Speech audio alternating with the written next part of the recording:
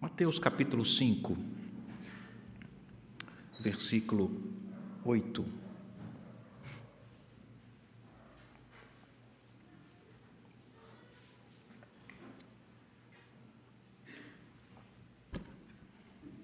Mateus 5, versículo 8. Bem-aventurados os limpos de coração. Terminem. Porque verão a Deus. Sítios, altios, fortios, mais rápido, mais alto, mais forte. Esse é o lema dos Jogos Olímpicos, criado pelo francês, um padre dominicano, chamado Henri Didon, e foi introduzido nas Olimpíadas pelo Barão de Coubertin. A ideia era incentivar os atletas a superarem suas próprias marcas. Os atletas eram seu ponto de referência e, igualmente, seu ponto de quebra. A superação consistia em quebrar seus próprios recordes, seu tempo, peso, sua própria pontuação. Esta observação na construção de um aperfeiçoamento físico está de acordo e aplica-se deveras, sem dúvida. Todavia, a analogia para o aperfeiçoamento espiritual é falha e incompleta. Permita-me a explicação. É verdade que na nossa caminhada diária, como cidadãos do reino de Deus, como discípulos de Jesus Cristo, nós somos chamados para o aperfeiçoamento. E a caminhada cristã consiste mesmo nesse processo de aperfeiçoamento espiritual, e é necessário, vital. Hoje, mais que ontem, amanhã, mais do que hoje, e assim por diante.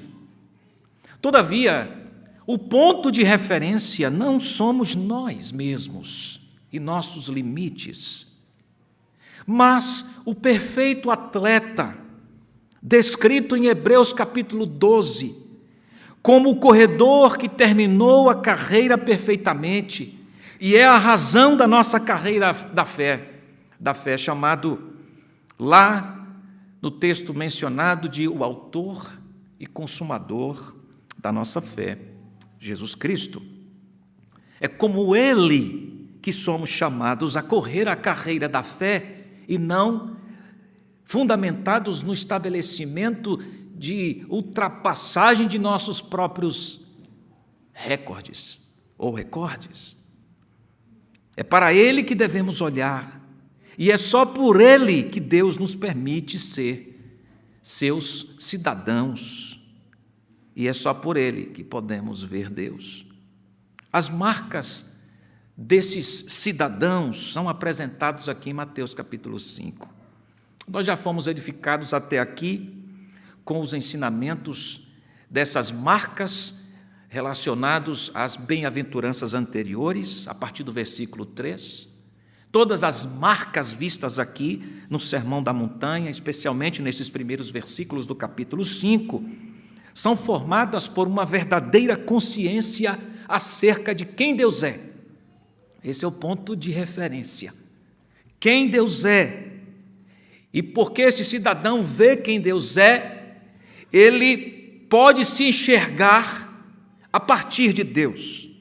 Por isso, é a humildade que encabeça todas as demais bem-aventuranças, evidenciando que esse cidadão não é envenenado por um engano ou pelo engano de uma suposta autossuficiência, como se o homem mesmo fosse o ponto de referência.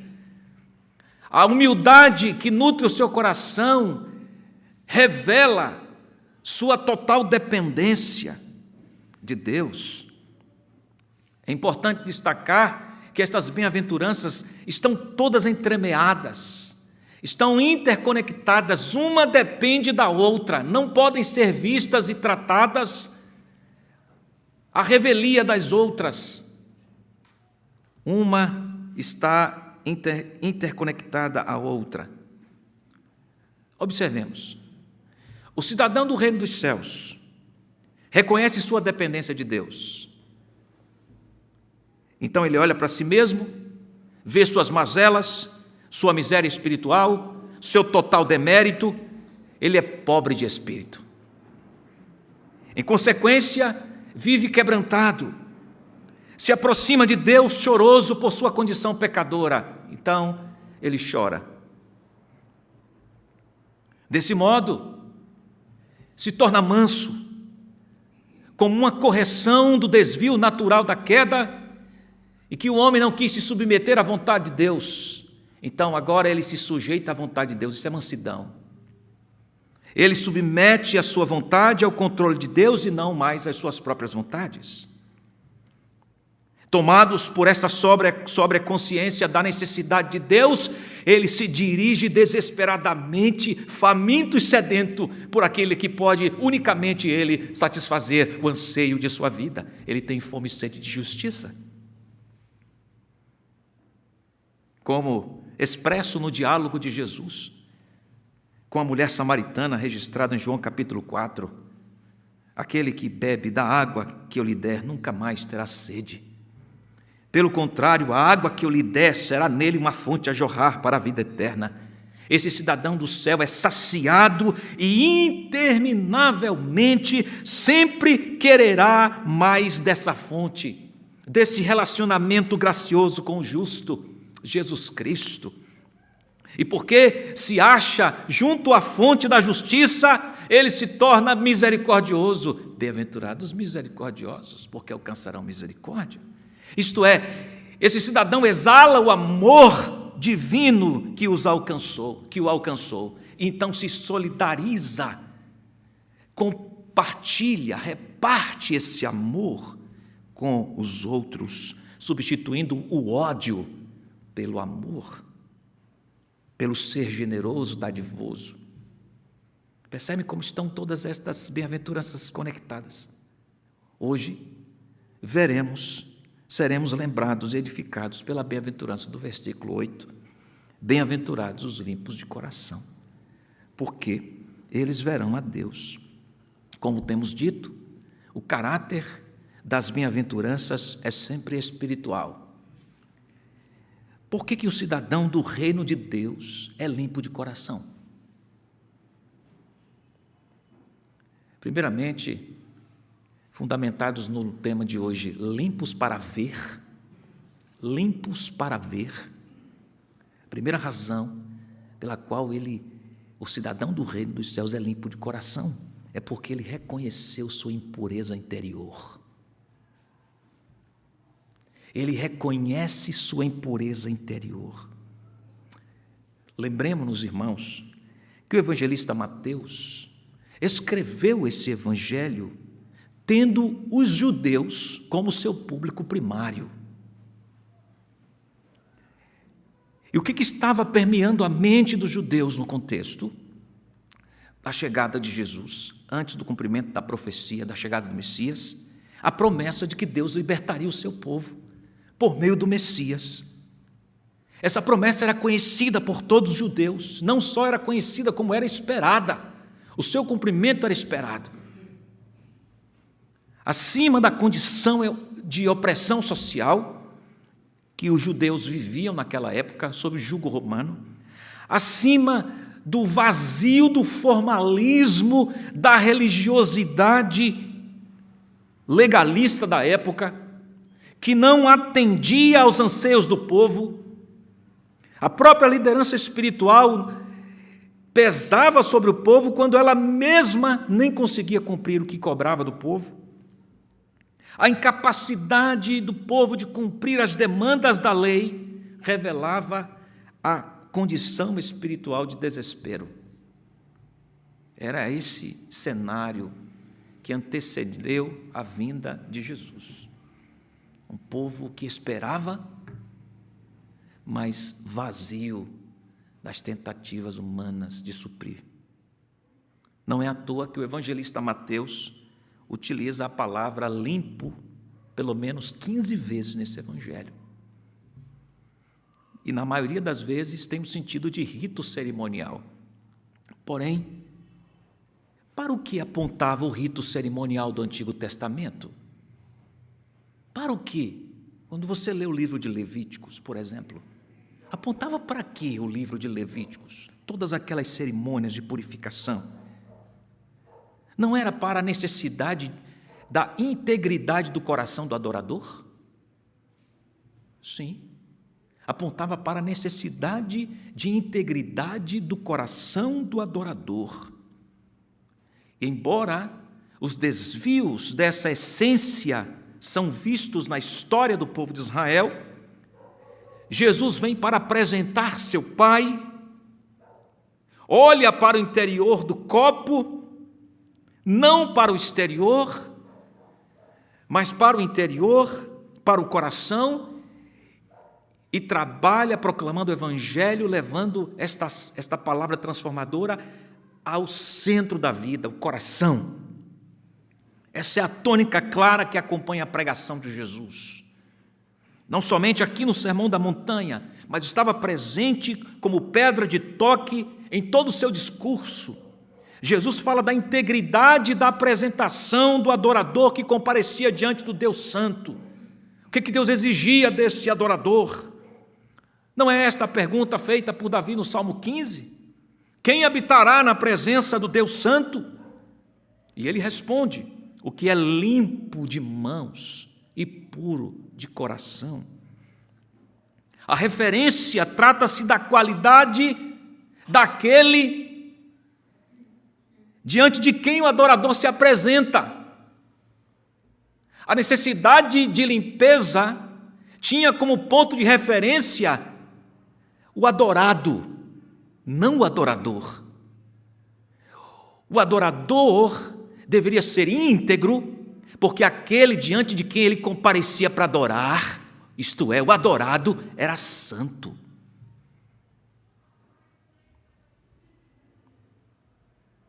Deus era, é e continuará por todo sempre sendo a referência para a construção do pensamento, para a averiguação das motivações, para os desdobramentos das ações, para a ética da vida. Deus é a referência. Isso não pode ser esquecido, irmãos, de modo algum. Especialmente porque tem-se a tendência de comparar-se com alguém que está na mesma condição ou em condição inferior. Isto é bem próprio do legalismo. A citação do legalismo é a seguinte: ainda bem que eu não sou como fulano, que matou, roubou, que é corrupto, ainda bem, que bom que eu sou melhor que ele. Lembra da oração do publicano? Levantou as mãos para os céus e disse: graças a Deus que eu não sou como aquele. A oração do fariseu, né, em relação ao publicano, discriminatória, orgulhosa. E Jesus pontua, critica veementemente isto. Por isso, quando Jesus diz assim: ouvistes o que foi dito aos antigos, aqui no Sermão do Monte, ele estava trazendo à tona a interpretação equivocada da lei feita pela liderança religiosa, que ensinava que Deus estava interessado apenas nos atos exteriores. E ao dizer, eu, porém, vos digo, ele estava dando a interpretação da essência da lei. Para onde Deus olhava? Para o coração. Eles tinham, os líderes, tinham que obedecer aos regulamentos, mas não tinham pureza de motivação, porque eles obedeciam externamente para serem reconhecidos diante dos homens. Este foi o diagnóstico feito por Jesus sobre o coração dos fariseus, por exemplo, aqui no Sermão da Montanha também. Então, nós observamos claramente que a pureza é uma demanda para o interior. E, consequentemente, a pureza se revelará no exterior. Porque o ponto de referência não somos nós. Lembra que Jesus disse em Lucas: sede santos, sede vós perfeitos, como perfeito é o vosso Pai que está nos céus.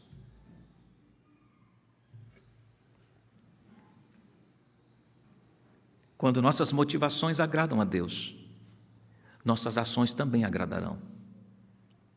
É um grupo inteiro. Uma vez que é o coração, isto é, a motivação, que dita o ritmo e a qualidade das nossas ações. Entende por que o coração é o foco da purificação? Em Lucas capítulo 6, versículos 43 a 45, lemos o seguinte. Eu vou ler na nova versão internacional. Nenhuma árvore boa dá fruto ruim, nenhuma árvore ruim dá fruto bom. Toda árvore é reconhecida por seus frutos. Ninguém colhe figos de espinheiros, nem uvas de ervas daninhas. O homem bom tira coisas boas do bom tesouro que está em seu coração, e o homem mau tira coisas más do mal que está em seu coração, porque a sua boca fala do que está cheio o seu coração. Por que vocês me chamam Senhor, Senhor, e não fazem o que eu digo? As raízes da árvore são o coração da árvore. Elas estão embaixo da terra e, portanto, não podem facilmente ser vistas, compreendidas. Mas o ponto de Jesus aqui é que a árvore produz aquilo ou aquele tipo de fruto por causa das raízes que tem. Falamos e agimos desta ou daquela maneira por causa do que está em nossos corações.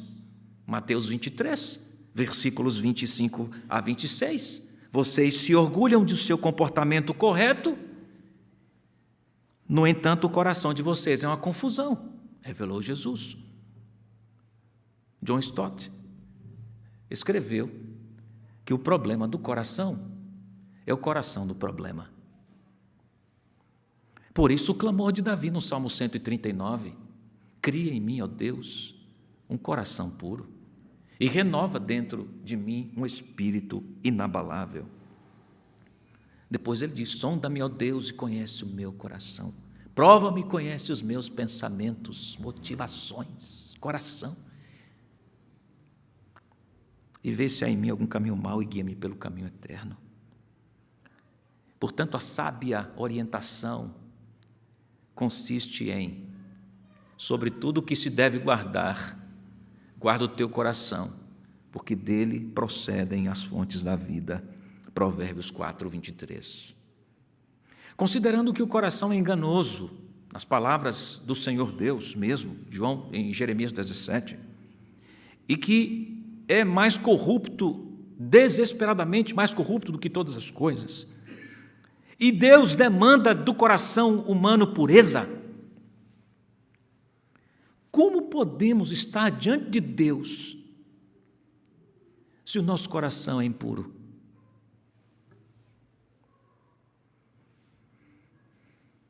E agora? Eis a questão. E ela se intensifica quando observamos o final do verso 8 dessa bem-aventurança. Porque verão a Deus. Definidamente, ver está apontado para quem é limpo de coração. Quem não é limpo de coração, em absoluto, nunca poderá ver a Deus. Só pode ver a Deus quem é limpo de coração. E se nós não somos limpos de coração, como podemos comparecer diante de Deus? Vê-lo? Como que essa promessa se aplica na nossa vida? Se nós pecamos por pensamentos, ações, sentimentos, palavras, dizemos as coisas embrulhadas de uma maneira horrorosa, maligna até, porque o pecado é maligno. Como é que nós veremos a Deus e viveremos e vivemos? Porque a ênfase contempla a experiência já, ainda que esteja apontando para o futuro, verão. Como será possível, irmãos? Então entra a palavra mais doce para alguém que recebe essa notícia da sua condição e está diante do Santo Deus, não tem para onde correr, se enxerga uma miséria completa. E então ele ouve das ações do Deus Santo uma palavra que começa a viajar pelo ambiente, vai tomando os lugares, vai tomando a atmosfera. Essa palavra começa a circular e ela é ao mesmo tempo pesada como é libertadoramente leve. E esta palavra é uma pessoa, e esta palavra é graça.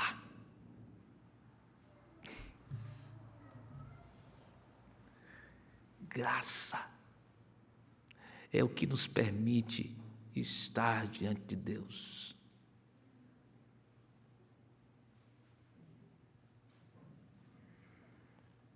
Jesus foi enviado para obedecer e representar-nos como puro diante do Pai. Jesus é a graça de Deus. Louvado seja o Senhor. A sua pureza nos é concedida. Paulo, na carta aos Filipenses, menciona no capítulo 3 a base da sua confiança e justiça. Ele diz assim: e ser achado nele, não tendo justiça própria, que procede da lei, senão unicamente a que é mediante a fé em Cristo Jesus, a justiça que procede de Deus, baseada na fé. Na justificação, Cristo Deus nos imputou a justiça, a pureza de Cristo. Nos declarou justos por causa do justo Jesus Cristo. E a pureza de Cristo será imprescindível na nossa glorificação. Por causa dela, da pureza de Cristo, nós veremos a Deus e seremos como Jesus. Agora, o que é ver a Deus? O que é ver a Deus? Fundamentalmente, significa conhecê-lo, relacionar-se com Ele, estar consciente da sua presença e poder.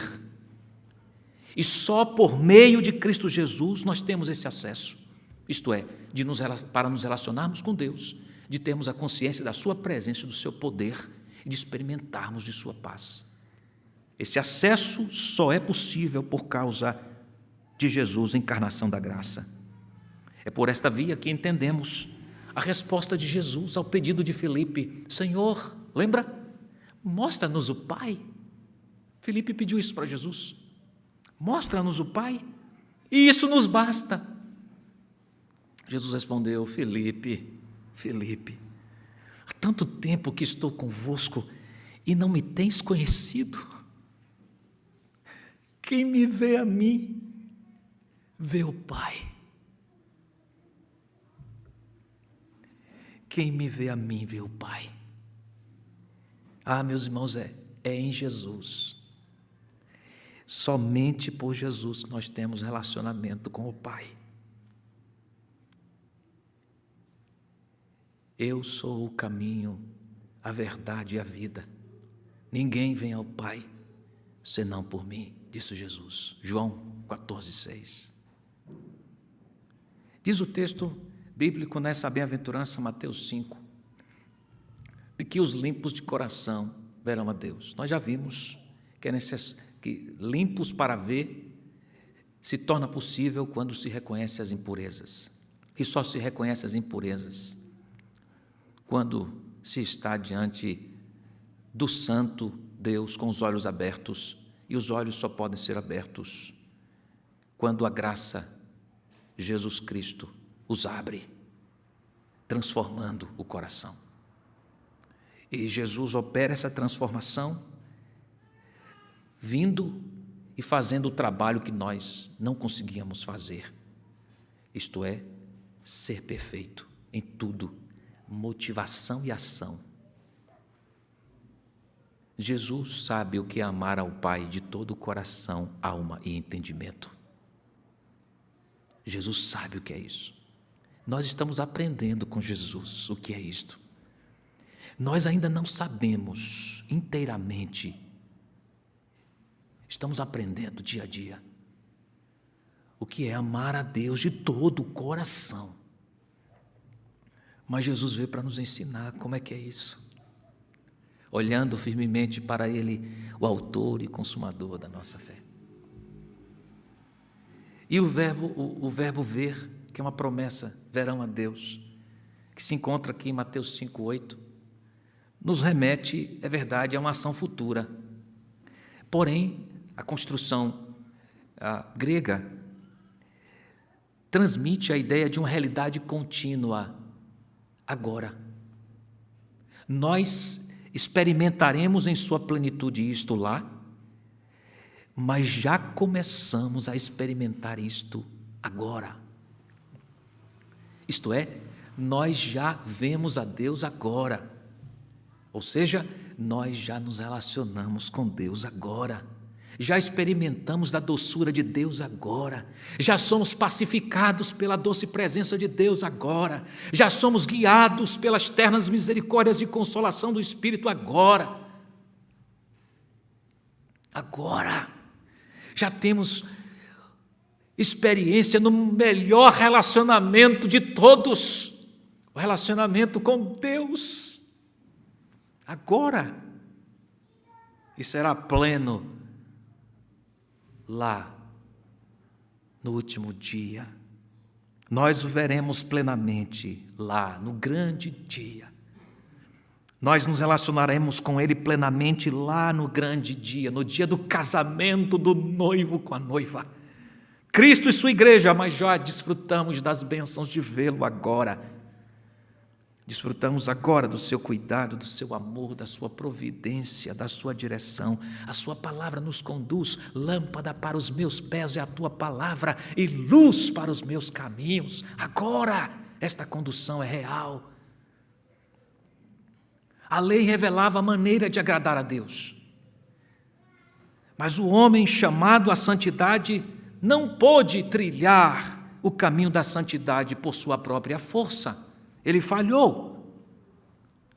A lei revelava Jesus Cristo, o cumpridor perfeito da lei, de sorte que aquele que está em Jesus pode agradar a Deus e prosseguir no processo de santificação, isto é, de semelhança a Jesus, e ser aceito por Deus. Por isso o cidadão dos céus é chamado de bem-aventurado. O genuíno crente é chamado de bem-aventurado, feliz, porque ele foi alcançado pela graça de Deus, provindo da obra redentora de Cristo Jesus. Ele teve o seu coração purificado. Pela pureza do Filho Jesus Cristo, ele pode ver a Deus, pode relacionar-se com Deus, e como resposta dessa graça, ele cresce em santificação, buscando semelhança com o perfeito Jesus Cristo. O ponto de referência nunca foi e nunca será Ele mesmo, mas Jesus.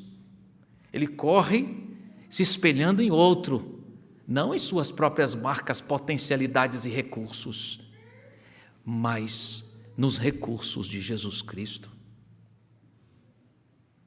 A lembrança do apóstolo Pedro nos admoesta quanto ao caminho que trilhamos como cidadãos libertos da ignorância, da rebelião contra Deus, do pecado. Nós crescemos em todas as áreas da nossa vida, em santificação, a imagem do Senhor Jesus, que purificou o nosso coração e nos permitiu acesso à presença do eterno Deus para vivermos como adoradores que o agradam, dentro e fora. As palavras de Pedro, na primeira epístola, capítulo 1, versículos 13 a 22, nos lembram o seguinte, e com a leitura desse texto, abra a sua Bíblia, eu quero terminar esse sermão nessa noite. Capítulo 1 de Pedro, 1 de Pedro, capítulo 1, versículos 13 a 22.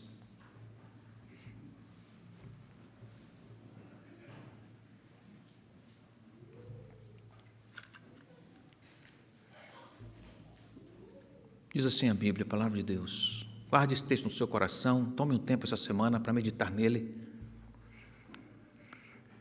Portanto, cingindo os lombos do vosso entendimento, sede sóbrios e esperai inteiramente na graça que se vos oferece na revelação de Jesus Cristo.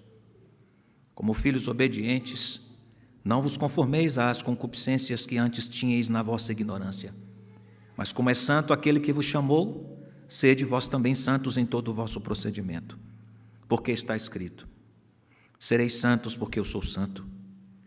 E se invocais por Pai aquele que sem acepção de pessoas julga segundo a obra de cada um, andai em temor durante o tempo da vossa peregrinação, sabendo que não foi com coisas corruptíveis como prata ou ouro que fostes resgatados da vossa vã maneira de viver, que por tradição recebestes dos vossos pais, mas com precioso sangue, como de um cordeiro sem defeito e sem mancha, o sangue de Cristo, o qual na verdade foi conhecido ainda antes da fundação do mundo, mas manifesto no fim dos tempos por amor de vós, que por ele credes em Deus, que o ressuscitou dentre os mortos e lhe deu glória, de modo que a vossa fé e esperança estivessem em Deus, já que tendes purificado as vossas almas na obediência à verdade, que leva ao amor fraternal não fingido, de coração, amai-vos ardentemente uns aos outros. Que o Senhor nos permita crescimento como limpos de coração, viver estas doçuras e estes benefícios das excelentes virtudes de Jesus nos nossos encontros. Que tempo precioso que temos, não é? Você sentadinho aí, pacificado, ouvindo a palavra, começando a semana sendo alimentado por Deus, ouvindo da graça de Deus, apesar da nossa condição miserável, Ele veio nos buscar e nos apresentar diante do Pai aceitáveis. E podemos viver essa semana assim, pensando em Jesus. Pense mais em Jesus essa semana.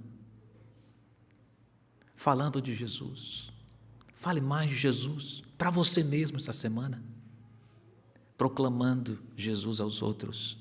Fale mais de Jesus aos outros essa semana. Jesus é a encarnação da graça de Deus. Bem-aventurados os limpos de coração, porque verão a Deus. Vamos ouvir uma canção nesse momento, preparando o nosso coração para a celebração da ceia, para desfrutar desse banquete espiritual, mais um, e esse meio de graça maravilhoso que o Senhor nos confere.